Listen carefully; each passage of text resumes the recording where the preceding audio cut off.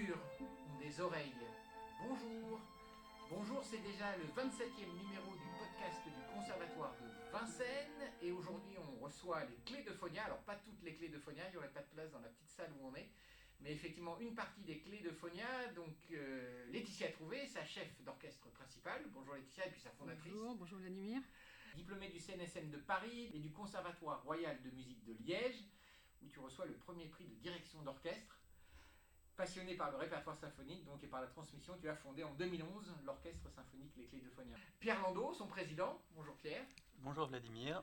Violoniste dans l'orchestre. Violoniste depuis 2011, dans le bureau de l'association depuis 2016 et président depuis 2019. Et puis Melville Chapoutot, alors qu'on connaît puisqu'il est professeur de piano du conservatoire, et puis c'est un des membres des Fantastiques, donc voilà, qui vont faire une pause, mais qu'on a plaisir à retrouver sur YouTube, les vidéos d'à côté. Bonjour Melville. Bonjour Vladimir. Alors, Les Clés de Phonia, nom étrange, poétique, inspiré par Hector Berlioz. J'avais une petite citation que j'ai trouvée sur votre site internet. Euphonia est une petite ville de 12 000 âmes. On peut la considérer comme un vaste conservatoire de musique, puisque la pratique de cet art est l'objet unique de travaux de ses habitants. Alors Laetitia, en tout cas ça a inspiré le nom de l'orchestre. Exactement. En fait, Berlioz a écrit une nouvelle qui s'appelle Euphonia ou la ville musicale, où chaque quartier est dédié à un instrument. On n'y fait que de la musique, on y chante. Bon, la nouvelle se termine pas bien. On espère que ce ne sera pas le cas des Clés d'Euphonia. Comment dans la nouvelle ? C'est atroce. En fait, il y a par-dessus tout ça, il y a une histoire d'amour qui se termine très très mal. Mais chez nous, il n'y a pas d'histoire d'amour, donc... C'est pas vrai. Il y en a c'est pas vrai. Il y a des bébés. Exactement, il y a beaucoup de bébés aux clés et c'est très bien pour le futur des clés. Donc Berlioz, moi qui me passionne, et on est parti sur cette idée que chaque pupitre avait une grande importance au sein de l'orchestre. Et d'ailleurs, on répète au conservatoire de Vincennes dans la salle Berlioz, qui est quand même incroyable. Alors, comment est venue l'idée de la création des Clés de Phonia ? Alors, l'orchestre a été créé en juillet 2011 lors d'une session estivale, une semaine dans le Berry, à l'initiative de quelques instrumentistes et moi-même, avec plusieurs envies.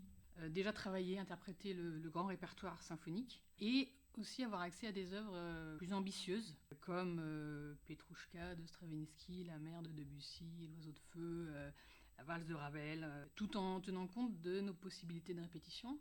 Donc une répétition par semaine, un week-end par session, sachant qu'on a 4 à 5 sessions dans l'année qui durent à peu près 2 mois, sauf notre dernière session qui est une session très courte qui se déroule sur une semaine, l'été, où on vit tous ensemble, on mange tous ensemble et on répète tous les jours, plusieurs fois par jour. Et donc pour pouvoir accéder à ce répertoire, il était nécessaire de réunir des instrumentistes de talent, donc des amateurs de très bon niveau qui sont assez impressionnants. Des grands étudiants de conservatoire, Pôle Sup, CRR, CNSM, dont certains, alors une minorité, mais dont certains sont devenus professionnels et sont restés aux clés. Je trouve que c'est important de permettre à ces jeunes instrumentistes de se former au métier de musicien d'orchestre.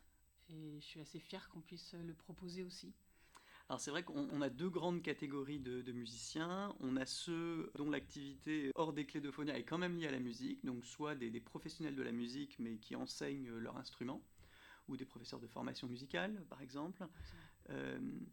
Et puis on a des jeunes qui ne sont pas encore entrés de plein pied dans la vie professionnelle et qui eux se destinent, comme le disait Laetitia, à devenir professionnels.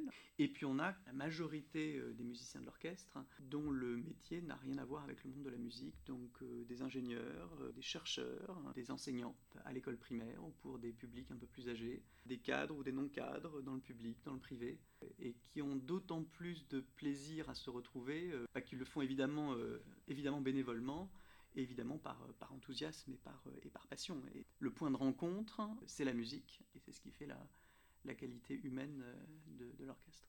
Il y a cette écoute, cette envie de bien faire, qui est propre aux orchestres amateurs. De ce côté, on donne le maximum. Quand je dirige de dos, quand on fait les extraits, l'orchestre est toujours là. C'est vrai que c'est toujours impressionnant là, quand tu es de dos et que, voilà, que ça part et que ça joue. Ouais.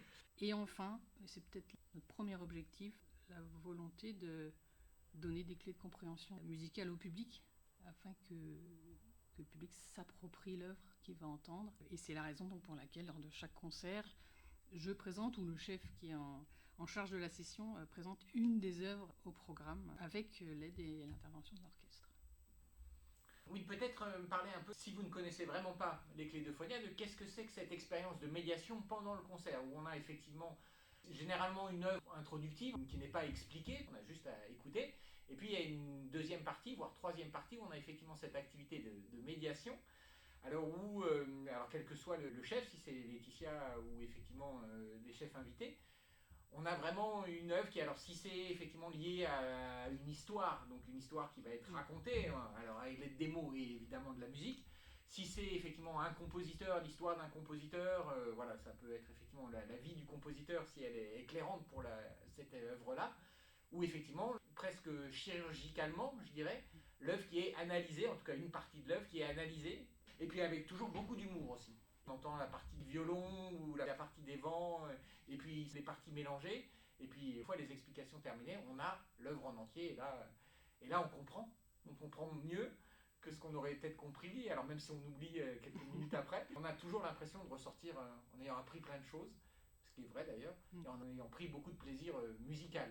Quand on travaille en répétition, on découvre des choses. On tombe sous le charme de passage, ou alors on se dit que cet endroit est crucial, en tout cas moi je me le dis, et où il me touche. Et c'est souvent l'émotion qui va passer. C'est-à-dire un passage me touche, je suis sûre de l'expliquer ou d'en parler pour que ça n'échappe pas au public. Quand on se dit c'est du génie en fait, on a envie que le public aime autant que nous ce passage. Oui, il y a de l'histoire évidemment parce que l'œuvre est inscrite dans l'histoire, mais il y a aussi beaucoup d'interprétations personnelles de l'œuvre et ça a l'air de marcher. Et puis, un autre objectif, partager notre passion, nos découvertes musicales au plus grand nombre.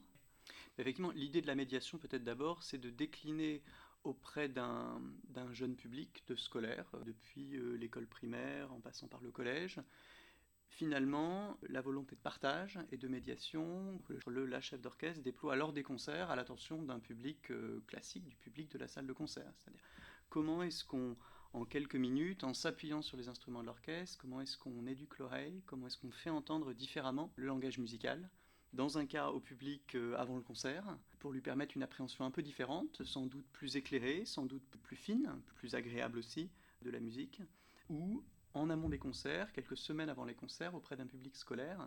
Et donc aujourd'hui, lorsqu'on construit des partenariats avec des municipalités autres que Vincennes, par exemple, on s'efforce de construire nos partenariats sur ces deux pieds. Le concert symphonique, c'est le cœur, c'est la raison d'être de l'orchestre, des musiciens, de se produire devant un public, de partager une passion du répertoire symphonique avec un public.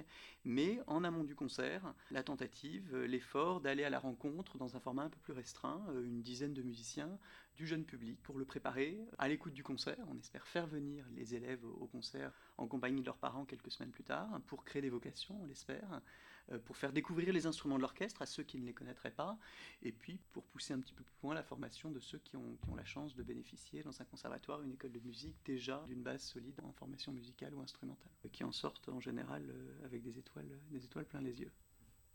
Ce qu'on appelle le parcours découverte au conservatoire, donc c'est effectivement à peu près 950 élèves des écoles primaires qui viennent une journée, 4 petits concerts de 45 minutes, donc dans l'auditorium où on leur présente des œuvres, parfois des œuvres qui vont être reprises dans le concert suivant.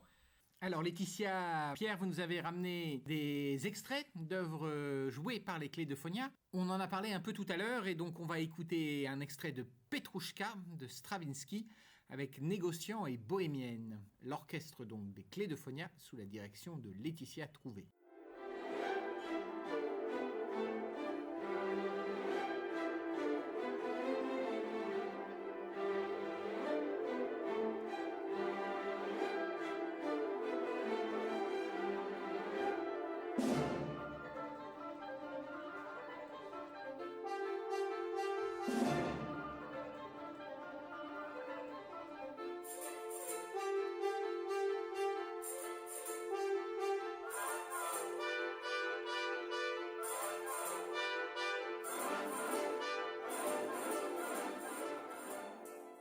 Je vous propose Escapade de John Williams avec l'orchestre des Clés d'Euphonia dirigé par Laetitia Trouvé, avec Antoine Orblin au saxophone, Johan Demézières au vibraphone et Thomas Stantina à la contrebasse.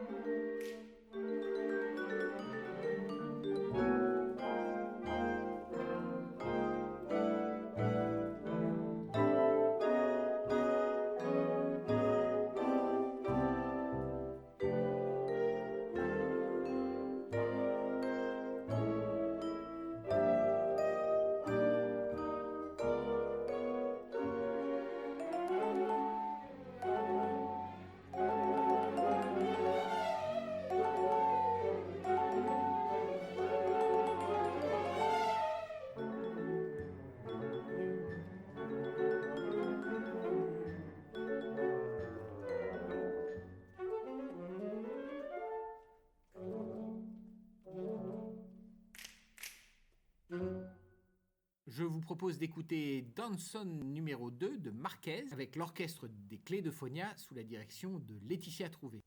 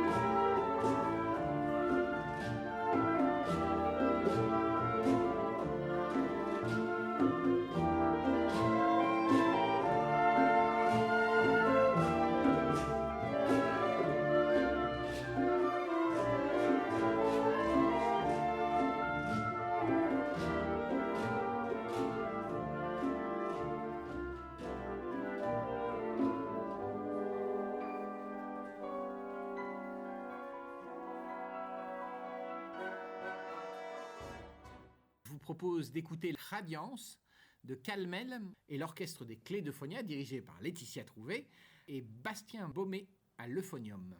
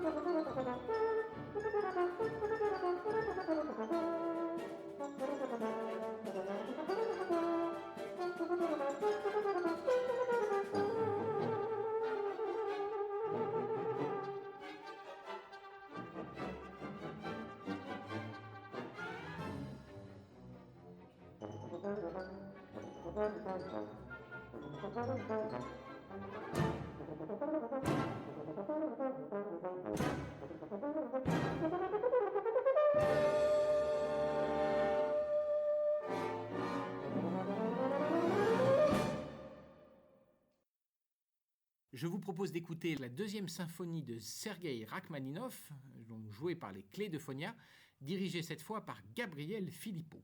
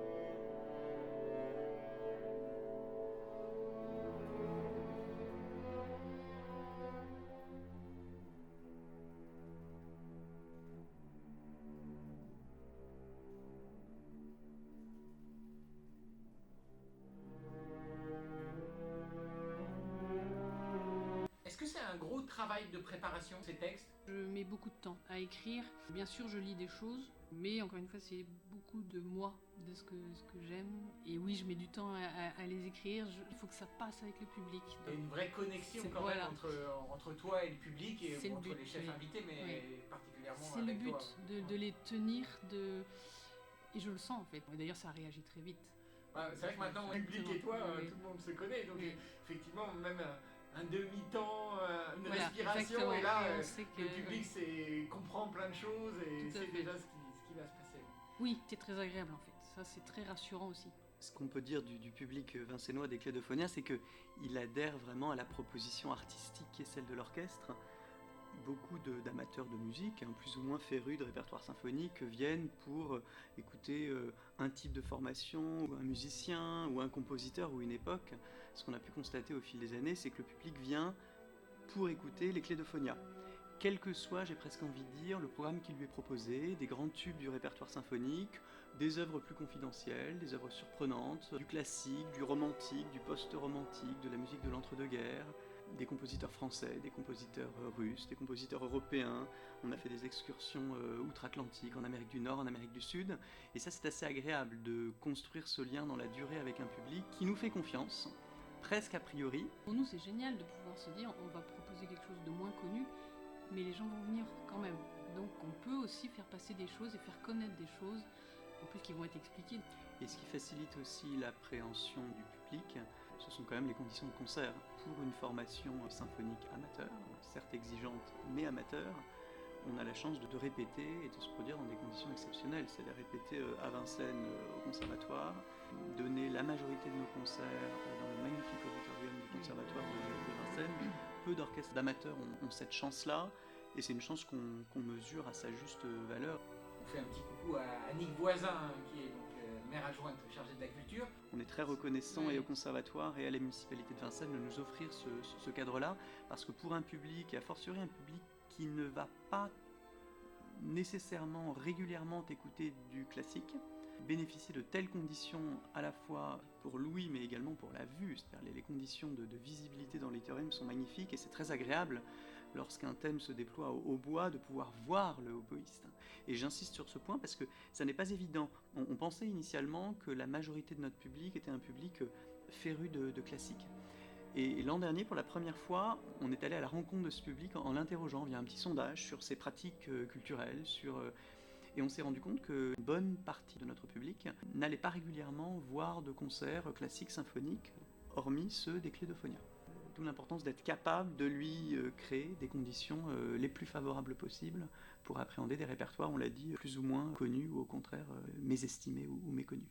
Une chose qu'on n'a pas dit, c'est que l'entrée des concerts est gratuite, et la sortie aussi d'ailleurs, mais qu'effectivement, il y a une invitation à la fin des concerts à donner un peu d'argent, avec des formulaires qui permettent d'être défiscalisés pour faire vivre l'orchestre. Effectivement, donc, les Clés d'Euphonia, c'est une association à but non lucratif, une association loi 1901, donc qui n'a pas vocation à faire de profit, mais qui pour autant doit couvrir ses coûts et doit être gérée de manière très professionnelle, tout en étant amateur. Donc les musiciens payent à l'année une cotisation, donc quel que soit leur niveau, y compris ceux qui ont un niveau quasi professionnel, payent une cotisation pour jouer dans l'orchestre.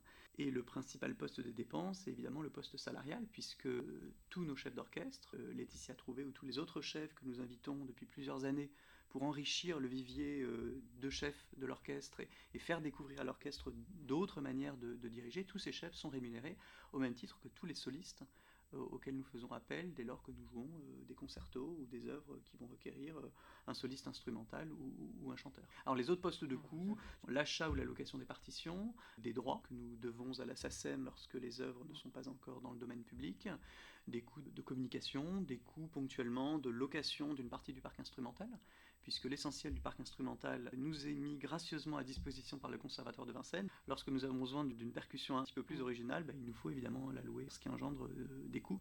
C'est vrai qu'on peut faire un petit coucou à Marie-Madeleine Landrieux, la professeure de percussion du conservatoire, Mathieu Brech, le professeur de contrebasse, et Marie-Emmanuela Sénéchal, la professeure de harpe, qui effectivement mettent les instruments du conservatoire à disposition des Clés. Et si nous faisions une nouvelle pause musicale avec l'orchestre des Clés d'Euphonia, dirigé cette fois par Nicolas Agulot, et la symphonie italienne de Mendelssohn.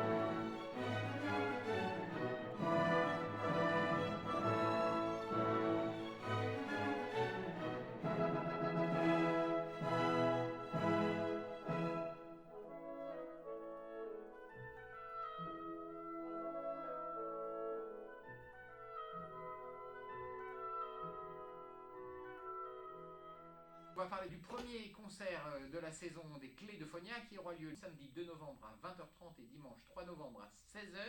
Au programme, le concerto en sol majeur pour piano et orchestre de Maurice Ravel, et puis le festin de l'araignée d'Albert Roussel. Le festin de l'araignée, c'est un ballet pantomime à l'origine, donc dansé, qui met en scène, et alors une fois n'est pas coutume, des insectes.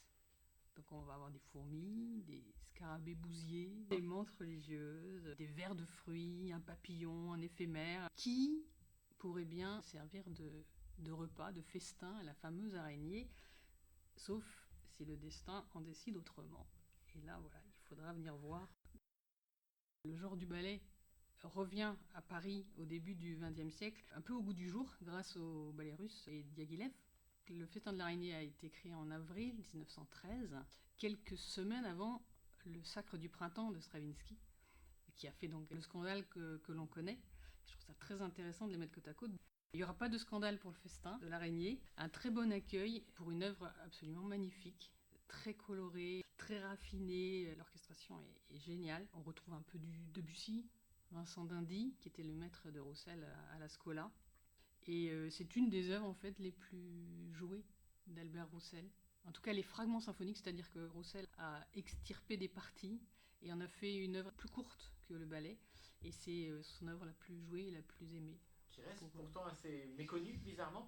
Qui n'est pas très connu, mais je pense qu'Albert Roussel n'est pas très connu non plus. Voilà. Ouais. Mais un petit mot alors peut-être sur Albert Roussel rapidement. Rapidement, Albert Roussel est un marin qui s'est mis à l'écriture un peu tard. Et le Festin de l'araignée est peut-être une des dernières œuvres de sa première période. Il va avoir plusieurs techniques de composition. Ça va beaucoup évoluer. C'est pour ça qu'en fait, c'est un compositeur qu'on ne reconnaît pas forcément, en fait. C'est une musique extrêmement figurative que moi, personnellement, j'ai tout à fait découverte à l'occasion des premières répétitions de cette session. La marche des fourmis, c'est formidable, sans divulguer quoi que ce soit, la mort du papillon est bouleversante. Jamais je n'aurais imaginé qu'on puisse, de manière aussi simple et aussi riche en émotions, dépeindre le devenir de quelques insectes qui se croisent. La naissance de l'éphémère, c'est à pleurer. Non, c'est très très beau. Oui. On a hâte alors. Bah oui. Est-ce que c'est cette œuvre qui sera expliquée? On ne sait jamais. C'est le suspense toujours total. Ce sera l'œuvre expliquée parce que j'ai très peur des araignées et je vais me faire un plaisir d'en parler. Là, j'ai rien à craindre. Et puis donc l'autre œuvre du concert, le concerto en sol majeur pour piano et orchestre de Maurice Ravel. Donc avec en piano solo, Melville Chapoutot. Est-ce que Melville, tu peux te représenter en quelques secondes? Je suis pianiste, concertiste, professeur de piano au Conservatoire de Vincennes. Alors j'ai étudié avec différents profs pendant ma scolarité, avec Roger Muraro, Éric Lesage. Je fais beaucoup de musique de chambre, j'ai un trio qui s'appelle le trio Parésia, avec qui je fais beaucoup de choses, qui est peut-être l'essentiel de mes activités de concert. Puis à côté, j'ai mes activités de solo, un peu à droite à gauche dans différents festivals. Ça permet de garder aussi toute une exigence énorme. Une œuvre magnifique, très difficile pour notre soliste comme pour l'orchestre. C'est l'exact contemporain du concerto pour la main gauche qu'on a aussi interprété avec les clés. Et c'est une œuvre qui est une commande à l'origine du symphonique de Boston. Ravel a même commencé avant le concerto pour la main gauche, en 29, et il a fini le concerto en sol après, fatigué, en 1932. C'est son avant-dernière œuvre. Après, il perd la faculté d'écrire sa musique, en 1933. Bon, c'est un concerto qui est très célèbre, que tous les pianistes connaissent. Alors moi, c'était la première fois qu'on m'a proposé de jouer ce concerto, donc pour moi c'est assez particulier, parce que souvent quand on prépare des concertos avec orchestre, j'ai souvent choisi des œuvres que j'avais déjà travaillées. C'est vrai que c'est la première fois là, que j'ai mis les doigts sur ce concerto de Ravel, que j'ai commencé à travailler cet été. Et c'est un concerto que j'adore, que je connaissais évidemment, que j'avais entendu plein de fois en concert, que j'ai énormément écouté aussi par mon ancien professeur Roger Muraro, qui a signé une magnifique version. Et c'est un concerto extraordinaire, donc qui est empreint de jazz, énormément de couleurs, l'orchestration est magnifique. Alors c'est assez particulier, c'est un format assez court, en fait, c'est un concerto qui englobe en fait un mouvement lent assez long, enfin plus long que les autres, et qui est englobé par deux mouvements rapides avec un final vraiment qui dure 3 minutes. Hein. C'est un petit bijou, extrêmêmement ciselé, extrêmement bien écrit. Et juste une petite anecdote, donc Marguerite Long est la dédicataire, la pianiste, très en vogue à l'époque puisqu'elle avait participé aussi à la création du tombeau de Couperin du même Ravel, lors d'un dîner avec Maurice Ravel. Ce dernier lui demande « Je suis en train de composer un concerto pour vous. Est-ce que cela vous est égal qu'il finisse pianissimo et par des trilles ?» Alors j'ai pas la réponse de Marguerite Long, mais justement pour savoir comment se termine ce concerto, mais Venez nous écouter. C'est très intéressant, ces demandes de compositeurs aux dédicataires. C'est un peu comme nous quand on travaille avec un soliste. On travaille en duo, création et interprétation. C'est une grande joie en tout cas en tant que pianiste de pouvoir travailler cette pièce et avoir en plus l'occasion de la jouer avec ce magnifique orchestre. De jouer en solo avec un orchestre, qu'est-ce que ça change pour un pianiste? La première fois que j'ai joué avec orchestre, c'était un concerto de Beethoven, c'était le numéro 3 de Beethoven. Et en fait, depuis que j'étais enfant, mon rêve, c'était justement de jouer avec orchestre, parce que on se sent porté. Il y a quelque chose d'assez extraordinaire. C'est vrai que quand on est soliste, on se sent porté par quelque chose qui nous dépasse, d'assez extraordinaire. Après, on se sent porté, on se sent englobé. Il y a quelque chose d'extrêmement agréable dans la texture. C'est une chance inouïe.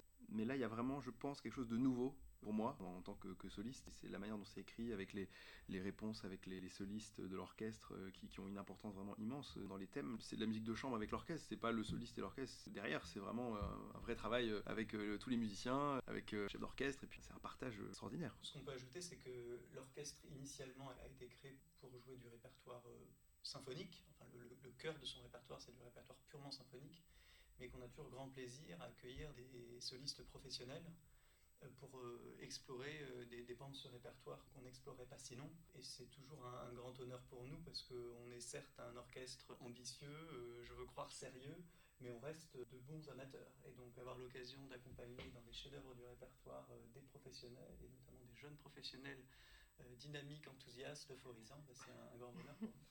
On parlait de Ravel, et donc on va écouter un extrait des contes de Mamerlois, La Belle et la Bête, qui a été joué lors de la conférence TEDx, l'orchestre des Clés de Phonia dirigé par Laetitia Trouvé.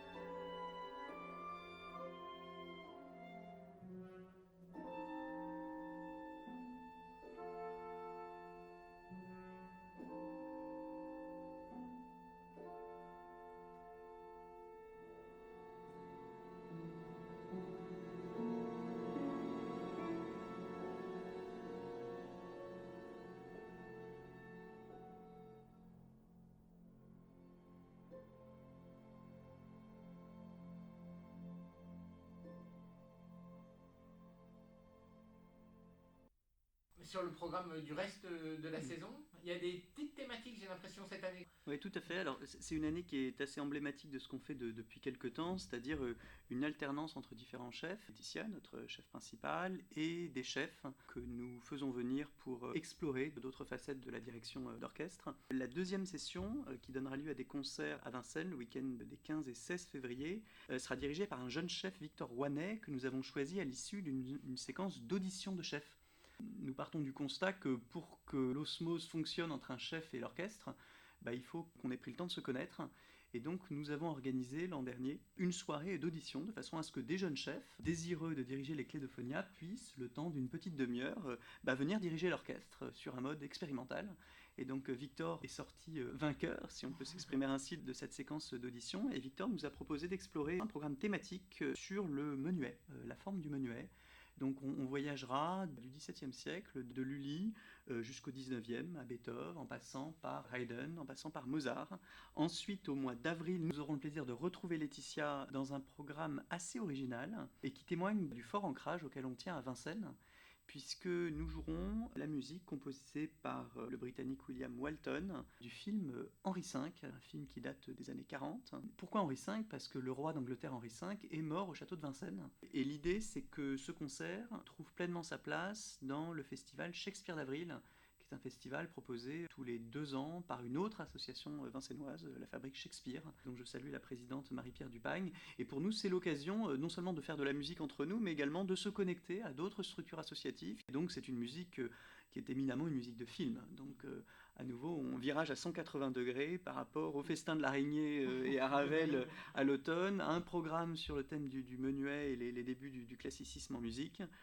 Et nous clôturerons cette année, en tout cas à Vincennes, au mois de juillet, sous la direction d'un chef qui nous a déjà dirigé à plusieurs reprises, Simon Proust, avec un retour en France, avec 2 compositeurs que nous n'avons jamais interprétés aux Clés d'Euphonia.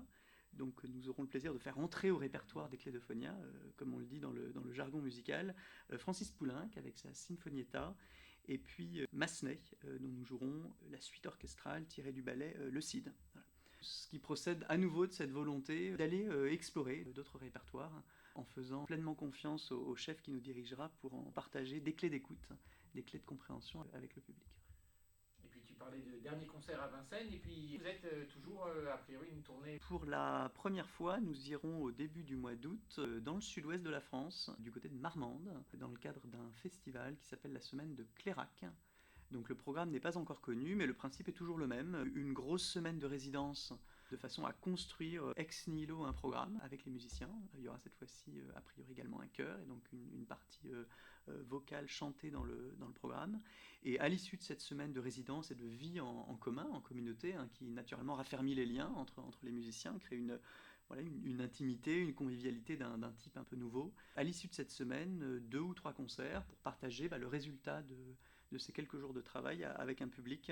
Et c'est des expériences qui sont assez fondatrices pour l'orchestre et pour moi à titre personnel de voir à l'issue de ces concerts des personnes dans le public en larmes venant nous expliquer que c'est plus beau qu'à la télévision, c'est plus beau que ce qu'on peut entendre à la radio, parce qu'effectivement il y a un contact personnel, humain, physique avec un orchestre devant soi dans un petit village de Touraine, du Berry ou de l'Anjou.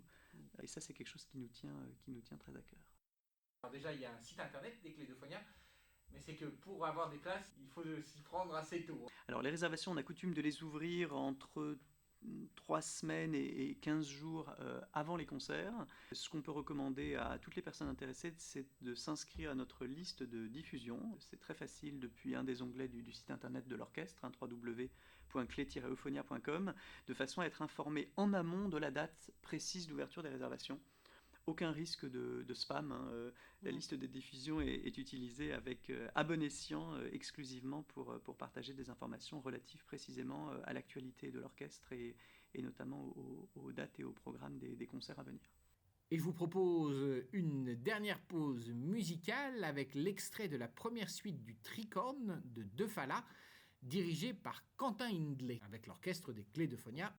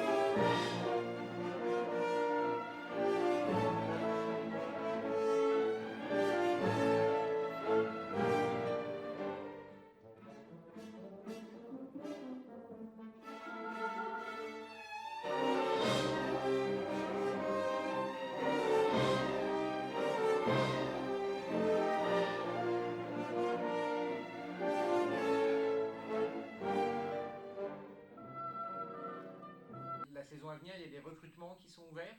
Alors, nous sommes toujours avides de nouvelles candidatures, de nouveaux musiciens, jeunes ou moins jeunes, enthousiastes, parce que l'effectif varie d'une session à l'autre, en fonction évidemment du programme qui est retenu. Un peu plus de cordes sur une session, un peu plus de vent, des besoins spécifiques sur la session suivante.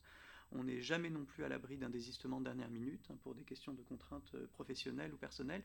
Et donc par conséquent, le processus de candidature est toujours ouvert en permanence. Et donc on invite évidemment tous les instrumentistes intéressés à nous contacter. Le recrutement passe par une courte audition, alors qui est une audition assez informelle, mais qui permet de s'assurer de l'adéquation évidemment entre le niveau du candidat et celui de l'orchestre. Et ça nous semble important également de faire la connaissance humaine, personnelle du musicien, de lui expliquer le projet qu'on porte. Et aujourd'hui, donc, on recherche en permanence à enrichir notre vivier de musiciens, notamment dans les pupitres de cordes. Les altistes sont toujours les bienvenus, des violonistes sont toujours bienvenus, et peut-être en premier lieu des contrebassistes. Les contrebassistes seront chaleureusement accueillis à bras grands ouverts. La répétition a lieu le lundi soir au Conservatoire de Vincennes. Et pour plus de convivialité, la répétition s'achève systématiquement par un petit pot de convivialité dans un bar vincénois dont l'identité ne sera trahie qu'aux musiciens qui auront joué le jeu de passer l'audition. Et plus l'orchestre vieillit, et plus on passe de la bière maintenant à la tisane. La majorité, le soir, prend une tisane maintenant. Merci beaucoup, Laetitia. Avec plaisir. Merci beaucoup, Melville Chapoutot. Merci beaucoup, Pierre. Merci Vladimir, à très bientôt.